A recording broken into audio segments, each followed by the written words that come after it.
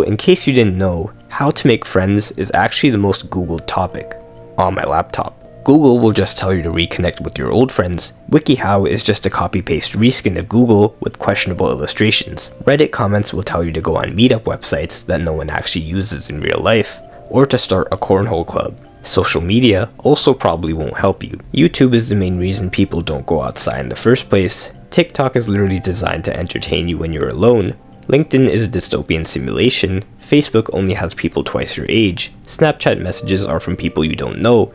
Discord messages are from people you don't want to know. Instagram is where you send messages that no one replies to, and Tinder is where you schedule dates that no one shows up to.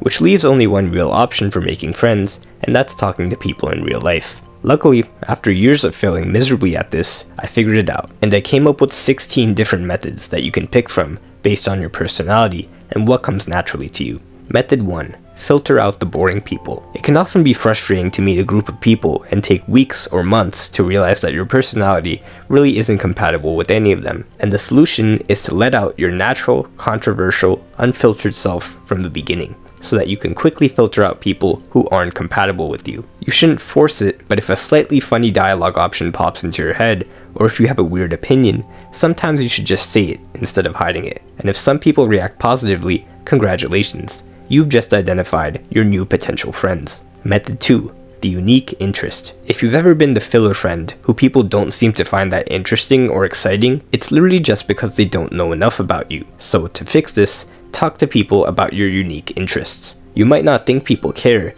but even if you're into something niche like pressure washing driveways, at least people will have something to remember you by when they first meet you.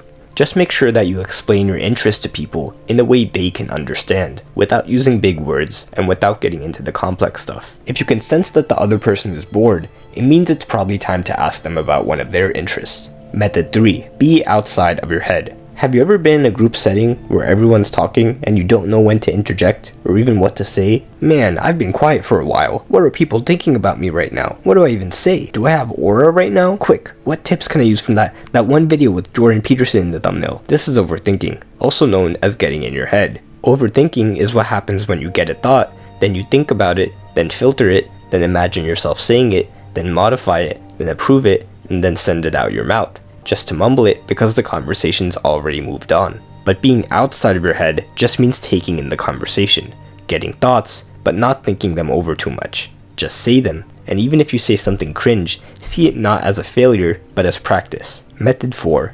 Don't force it. When you feel like you need to force friendships with people who don't even like you, you feel pressure. And pressure leads to anxiety, which leads to not being your natural self. So if someone doesn't really care about you, or you have absolutely nothing in common with them and you're not compatible, it's not the end of the world. Just be as nice as you can and move on. And at this point, it's a numbers game. So as long as you talk to new people, you will make new friends eventually. Method 5. Be the main character. The people who have the most friends tend to be the people who initiate conversations the most. So just initiate conversations with any sentence you could possibly think of, just assuming that everyone wants to talk to you. But remember, once you initiate, don't just talk about yourself. Ask simple questions about people's lives, listen, and then ask follow-up questions that show you actually listen to them. This part is crucial, because eventually, once people get comfortable talking to you, they'll start initiating conversations with you.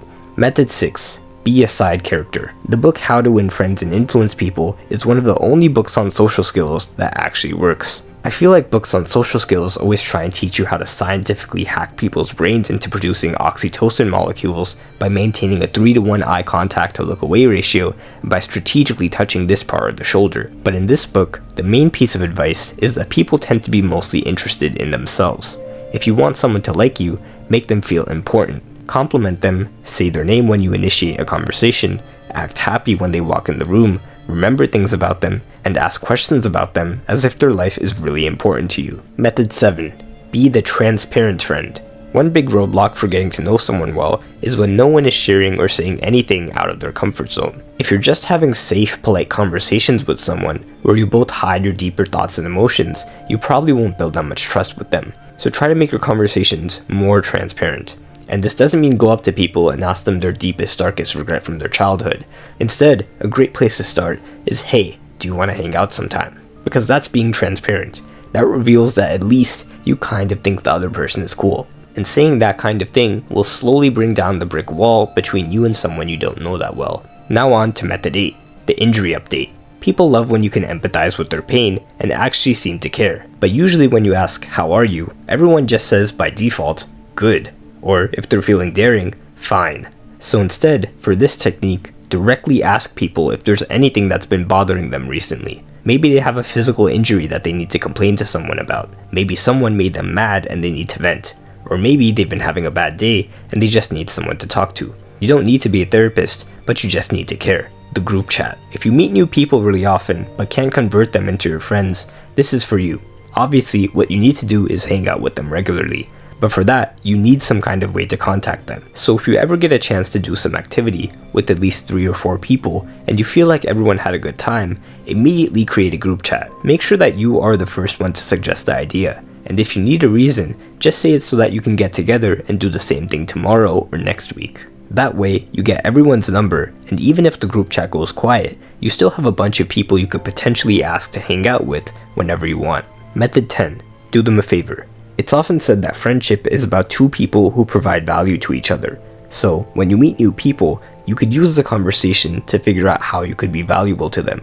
Maybe you're an expert at something they need help with. Maybe you might have a common interest with them. Or maybe you're just nice to them. And if they return the favor or they act really nice towards you, that's probably a good potential friend. Method 11. Ask them for a favor. Here are some examples of things you could ask. Could you tell me where this place is? Could you watch my stuff for a minute? Or even, could you introduce me to this person? Because not only does this show them you trust them, but this allows them to look really nice and generous without much effort. And also, people like to feel useful. But whatever you do, don't constantly expect favors from people if you never do anything nice for anyone, because that's not friendship, that's just networking.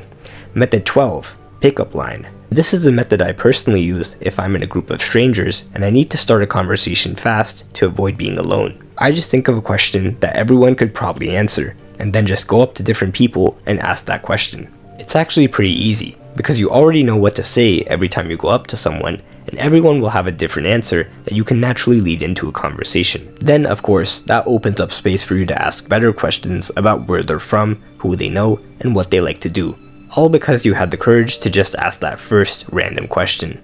Method 13. The ISO play. If you're often in a big group and you get overwhelmed feeling like you have to talk to everyone, this is for you. An ISO play in basketball is a common play where you pick out one of the easiest defenders from the other team and try to take them on one-on-one. And to do this in real life, find someone in the group who isn't talking that much and start a side conversation with them only. If you have to, take them somewhere so that you can talk one-on-one. Make up some excuse, like asking them to help you with something. This will make them feel special and important. And if you do this over time with everyone in the group, eventually you'll kind of know everyone decently. Method 14. Act like you're already friends. There's a saying that goes, if you go looking to find friends, you'll find very few. But if you go looking to be a friend, you'll find many. So instead of trying to find people who will treat you like a friend, you go out instead and treat people like a friend as soon as you meet them. You can do this by flying past the awkward and polite stage and just going to the stage where you're lighting up every time you see someone, you're making fun of them like a friend would, you're saying their name a lot, you're patting them on the back, you're play fighting with each other, and in general, you're treating them like someone you've known for a while. This is one of the most powerful methods, but as always, be careful, because with great power comes great potential to be weird. Method 15. The activity buddy. When you meet someone, ask them something they've always wanted to do, but haven't gotten around to doing. Then offer to do that thing with them. This way you're basically asking them to hang out, but it doesn't seem desperate because it's framed as you doing a favor for them. Plus, this is a perfectly normal reason for you to get their number, and it works on literally everyone. And lastly, method 16, which is the fastest possible method we currently know of. Now, you might not be so willing to share personal info with people you don't know, in which case, I'd be doing you a disservice if I didn't tell you about today's sponsor, Incogni. Because the truth is, not only are you giving away sensitive data every time you sign up for something online, but once random websites, companies, and data brokers get your info, they often just sell your information to whoever wants it, including the people you get random scam calls and emails and spam texts from. And even though you could stop this by formally requesting each individual website to remove your info, you'd have to spend hours doing this hundreds of times with companies that intentionally make it difficult in the hopes that you'll just give up and let them have your data. But luckily, Incogni will swoop in for you and automatically contact these companies, even the tough, annoying ones, and force them to remove your personal data. All I had to do was sign up, close the tab, and let it do its thing. Then I checked back a month later to find that it's already removed my data from 86 websites, it's currently fighting against 43 more, and it saved me at least 64 hours so far. I literally haven't gotten a single spam text or scam call since I signed up,